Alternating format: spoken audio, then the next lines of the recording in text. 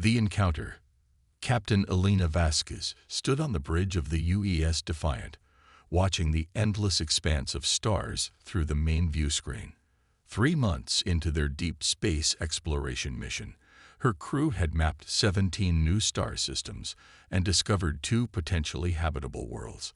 The Defiant was humanity's newest long-range exploration vessel, built for extended missions in uncharted space. A ship hummed with quiet efficiency around her. Unlike the massive warships that patrolled Earth's borders, the Defiant was designed for discovery and diplomacy. But like all human vessels venturing into the unknown, she carried defensive systems and a crew trained for any situation they might encounter.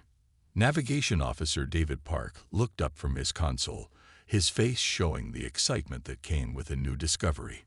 Captain, we're detecting multiple energy signatures in the Kepler 442 system. The readings are unlike anything in our databases. Elena moved to the central command station, her boots silent on the deck plating. After 20 years in space, she had learned to trust her instincts, and something about this discovery felt significant. How many signatures are we talking about, Park? Over 200, Captain. They're arranged in a perfect grid formation around the 4th planet. The energy output suggests massive vessels, possibly larger than our own dreadnoughts. The bridge fell silent.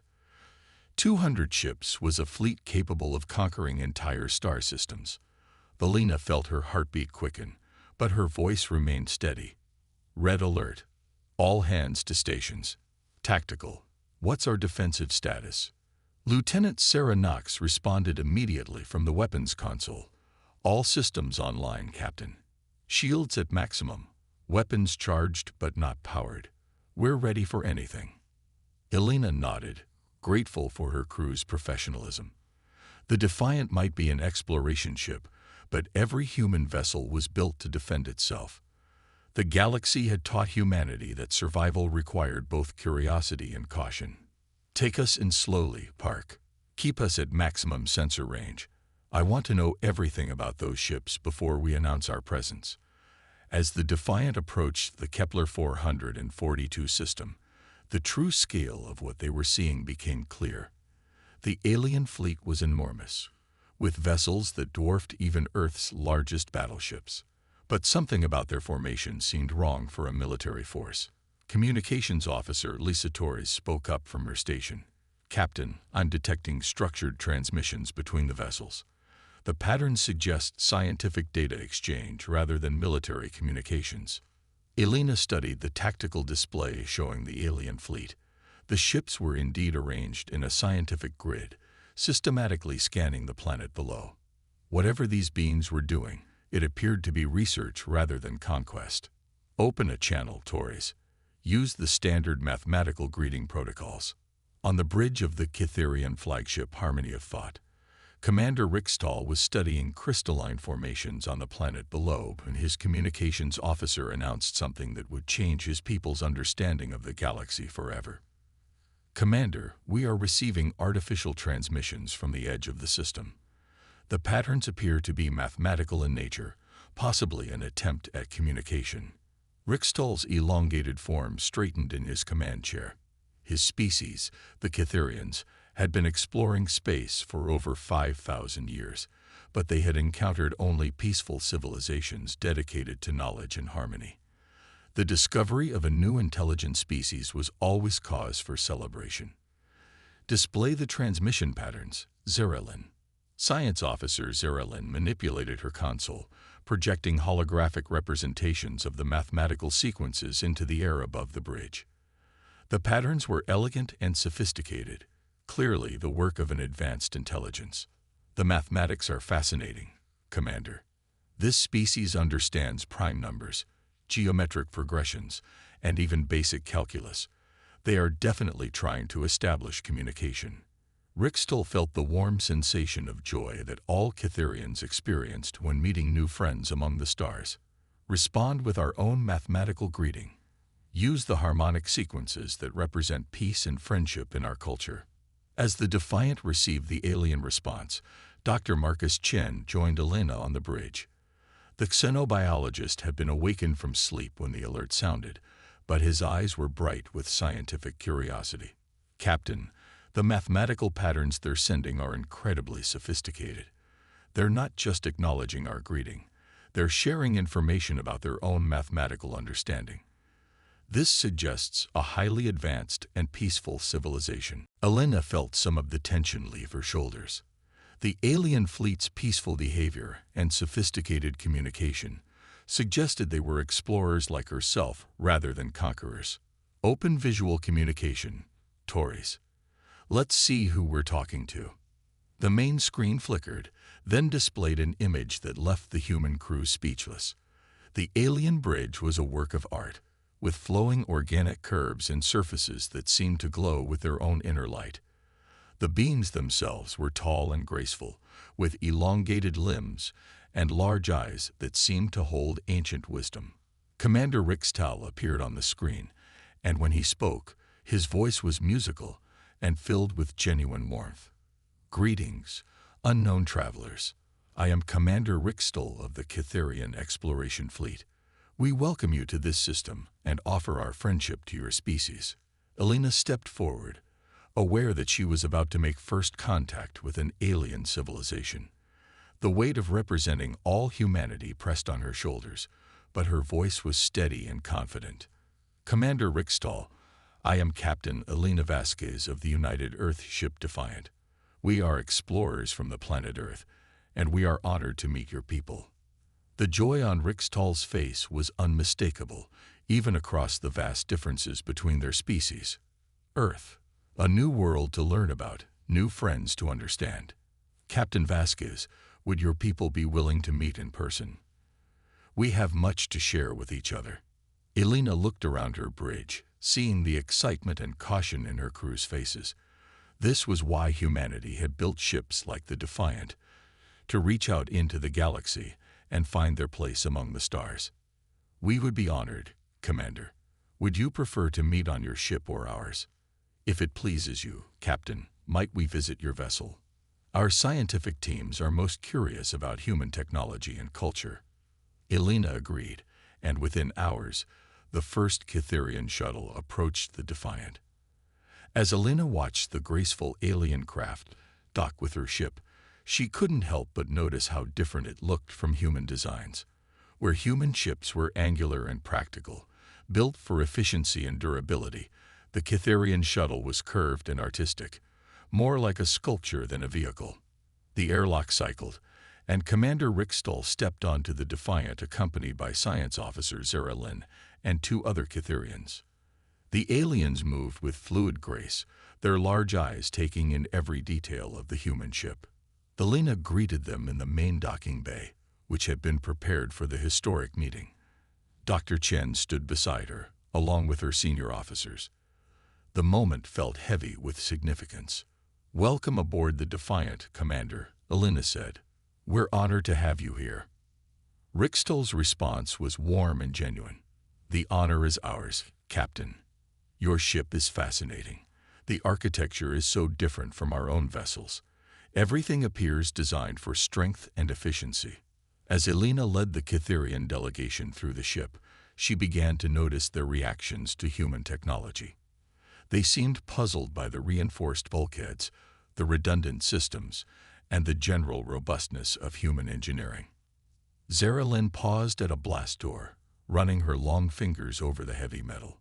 "Captain, may I ask why your corridors have such thick barriers? Are they decorative?" Dr. Chen answered before Elena could respond. "They're blast doors, designed to contain explosions or hull breaches. They help protect the crew during emergencies." The Cytherians exchanged glances, and Elena could see confusion in their large eyes. It was becoming clear that these beings had never encountered the kinds of dangers that had shaped human ship design. When they reached the bridge, the differences became even more apparent. The Cytherians stared at the tactical stations, the weapons controls, and the armored viewports with expressions of bewilderment. "Captain," Rixtal said carefully, "your ship appears to be designed for warfare, as well as exploration. Are there dangers in your region of space that require such precautions?" Elena felt the first stirrings of concern. How could she explain humanity's violent history to beings who seem to have never encountered conflict? Commander, where we come from, space can be dangerous. There are pirates, hostile species, and other threats that require us to be prepared. The word pirates seemed to confuse the Cytherians completely. Zara Lynn spoke up, her musical voice filled with genuine puzzlement. "Forgive me, Captain, but what are pirates?" Dr. Chen stepped forward, his diplomatic training taking over. Pirates are criminals who attack other ships to steal cargo or take prisoners. They use violence to take what doesn't belong to them. The silence that followed was profound. The Cytherians looked at each other with expressions that Elena couldn't interpret, but their body language suggested shock and distress. Commander Rixtol finally spoke, his voice quieter than before. "Captain Vasquez, in our 5,000 years of space travel, we have encountered 47 different intelligent species. All of them were peaceful. The concept of beings who harm others for personal gain is difficult for us to understand." Elena realized they were facing a fundamental difference in worldview. The Cytherians came from a part of the galaxy where violence was unknown, where every species they had met was as peaceful as themselves. The human reality of conflict and struggle was as alien to them as their perfect peace was to humanity. "Commander," Elena said carefully, "would you like to learn more about human culture and history? Perhaps understanding where we come from will help explain why our ships are built the way they are." Rixtol nodded, but Elena could see that the discovery of humanity's warlike nature had shaken him. The meeting that had begun with such promise was starting to reveal gaps between their species that might be impossible to bridge. As the Cytherian delegation prepared to return to their ship, Elena wondered if first contact with a peaceful species would turn out to be humanity's greatest diplomatic challenge. How could two civilizations with such different experiences of the galaxy find common ground? The answers to those questions would determine whether this meeting would lead to friendship or fear, cooperation or conflict. As Elena watched the Cytherian shuttle depart, she knew that the next few days would be crucial for both species. Part 2. Revealing Differences. The next morning brought a request from Commander Rixtol that both excited and concerned Captain Elena Vasquez. The Cytherian leader wanted to bring a full diplomatic team aboard the Defiant to learn about human civilization, but his message carried an undertone of caution that hadn't been there during their first meeting. Elena stood in her ready room, studying the star charts that showed the positions of both fleets. The Cytherian ships maintained their scientific grid around the planet, but she noticed they had repositioned themselves to keep a safe distance from the Defiant. The gesture was subtle but clear. They were being careful. Dr. Chen entered her ready room carrying a data pad loaded with information about human history and culture. His usual enthusiasm for first contact was tempered by worry. "Captain, I've been thinking about how to present human civilization to the Cytherians. Their reaction yesterday to the concept of pirates was troubling. How do we explain 10,000 years of human warfare to beings who have never encountered violence?" Elena poured herself coffee from the replicator, needing the caffeine to think clearly. "We tell them the truth, Marcus. All of it. If we're going to build a relationship with these people, it has to be based on honesty. But, Captain, the truth might terrify them. We're talking about species that have never known conflict. How do we explain the Napoleonic Wars, World War II, or the colonial conflicts without sounding like monsters?" Before Elena could answer, Communications Officer Torres called from the bridge.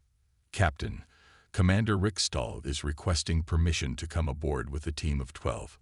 He says they want to access our cultural databases." Elena and Dr. Chen exchanged glances.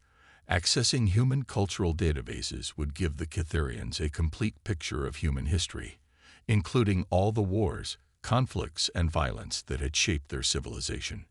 "Grant permission, Torres. Have them meet us in Conference Room 1. An hour later, Elena faced a dozen Cytherians across the conference table.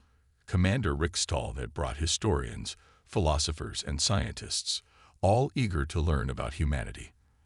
Their large eyes showed curiosity, but Elena could see wariness there as well.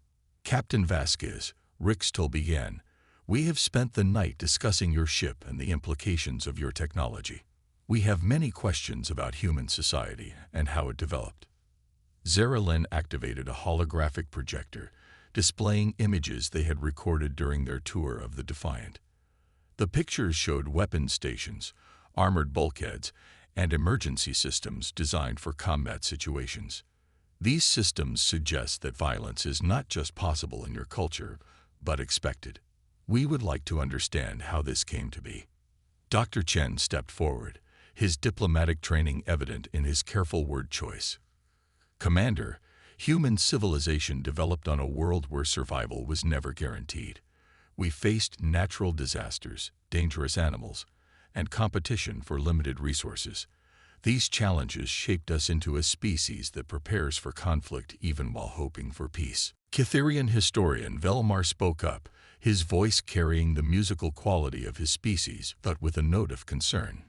Dr. Chen, we have studied your ship's computer systems. They contain references to something called military history.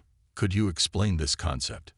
Elena realized there was no way to ease into this topic gradually. Computer, display human military history timeline. General overview. The holographic display filled with a timeline spanning thousands of years, showing major conflicts, wars, and battles throughout human history. The Kitherians stared at the display with expressions of growing horror. Velmar pointed at a section of the timeline. These symbols represent what you call wars. Multiple conflicts spanning centuries. Thousands of them. Elena confirmed. Humans have been fighting each other and external threats since we first developed civilization. It's part of our history. Science officer Zaralyn's forearms moved, and what Elena was learning was a gesture of distress among Kitherians. The numbers. Captain, this display suggests millions of human deaths from these conflicts. How did your species survive? Dr. Chen activated another section of the display, showing human technological and social development. We learned from our conflicts. Each war taught us something about cooperation, technology, or diplomacy. Our struggles made us stronger and more adaptable. Kitherian philosopher Mothsen stood up abruptly, his elegant form trembling. You speak of learning from violence, as if it were beneficial. In our culture, the taking of any life is considered the greatest tragedy possible. How can you view such destruction positively? Elena felt the weight of representing her entire species. We don't view destruction as positive, Commander. We view survival as necessary. The violence in our history wasn't chosen for its own sake. It was the result of conflicts over resources, ideologies, or the need to protect innocent people. Rixtol's expression had grown increasingly troubled throughout the presentation. Captain, your ship carries weapons capable of destroying other vessels. When might you use these weapons? Lieutenant Knox spoke up from her position at the back of the room. To protect ourselves, to protect others who can't defend themselves, or to stop those who would cause harm. But who decides what constitutes harm that justifies violence? Asked Velmarch, in our society, all disputes are resolved through discussion and compromise. Violence is never the answer. Elena leaned forward, trying to bridge the gap between their worldviews. Commander, what would your people do if encountered by hostile aliens who wanted to destroy your ships and kill your crews? Beings who refused to talk and only understood force. The Kitherians looked at each other with expressions Elena couldn't read. Finally, Rixtol spoke. Captain, in 5,000 years of space exploration, we have never encountered such beings. Every species we have met has been rational and peaceful. Perhaps the hostility you describe exists only because species like yours perpetuate it. The implication hung in the air like a challenge. Dr. Chen stepped in quickly. Commander, may I ask about your home region of space? Have you encountered any species that were struggling for resources, or facing extinction, or dealing with internal conflicts? Zaralyn answered, Our region of the galaxy is rich in resources and suitable worlds. All species we have encountered had achieved abundance long before developing space travel. Scarcity and competition are unknown to us. Elena began to understand the fundamental difference between their civilizations. The Cytherians had evolved in a cosmic paradise where plenty was abundant and conflict unnecessary. Humanity had clawed its way up from a harsh world where survival was earned through struggle. "Computer," Elena said, "display the history of human exploration and colonization." The new display showed humanity's expansion into space, including the establishment of colonies and the exploration of new worlds. But it also showed the conflicts that arose from that expansion: pirate attacks on supply convoys, territorial disputes with aggressive alien species, and the need to defend human colonies from hostile forces. Mothson studied the display with growing alarm. "Captain, this suggests that humans bring conflict with them wherever they go. Your expansion seems to create the very dangers you claim to defend against." Elena felt her temper flare but controlled it. "Philosopher, we bring the capacity for conflict because we've learned that not everyone in the galaxy shares your peaceful nature. When human colonists are attacked by raiders, should we let them die to preserve our philosophical purity?" The room fell silent. The Cytherians were clearly struggling to process concepts that had no equivalent in their experience. Elena could see fear beginning to replace curiosity in their large eyes. Commander Rickstall finally spoke, his musical voice subdued. "Captain, we need time to process what we have learned. Your species represents a completely new paradigm for us. We must consult with our leadership before proceeding." As the Cytherian delegation prepared to leave, Elena made one final attempt to build understanding. "Commander, humanity isn't proud of its violent history. We've spent centuries trying to move beyond conflict toward cooperation. That's why we build exploration ships like the Defiant. We want to find friends among the stars, not enemies." Rickstall paused at the conference room door. "Captain Vasquez, we do not doubt your personal intentions, but your species has developed capabilities that could threaten every peaceful civilization in the galaxy. We must consider what this means for our people's safety." After the Cytherians left, Elena stood alone in the conference room, staring at the holographic display of human history. For the first time since achieving faster-than-light travel, humanity had encountered a civilization that might see them as the monsters of the galaxy. Dr. Chen returned an hour later with troubling news. "Captain, I've been monitoring Cytherian communications. They're broadcasting reports about us to other species throughout their region of space. The word they keep using translates roughly to warbringers." Elena closed her eyes, feeling the weight of responsibility. First contact with a peaceful alien civilization had turned into humanity's greatest diplomatic crisis.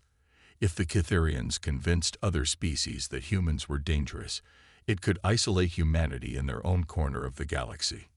"Marcus, what's our next move?" Dr. Chen consulted his datapad. "The Cytherians have agreed to one more meeting, but they're bringing representatives from 3 other alien species. They want to demonstrate human military capabilities to a broader audience." Elena realized that humanity was about to face a trial of sorts, with peaceful alien civilizations judging whether humans deserve to be part of the galactic community. The next meeting would determine whether first contact led to friendship or fear, cooperation or isolation.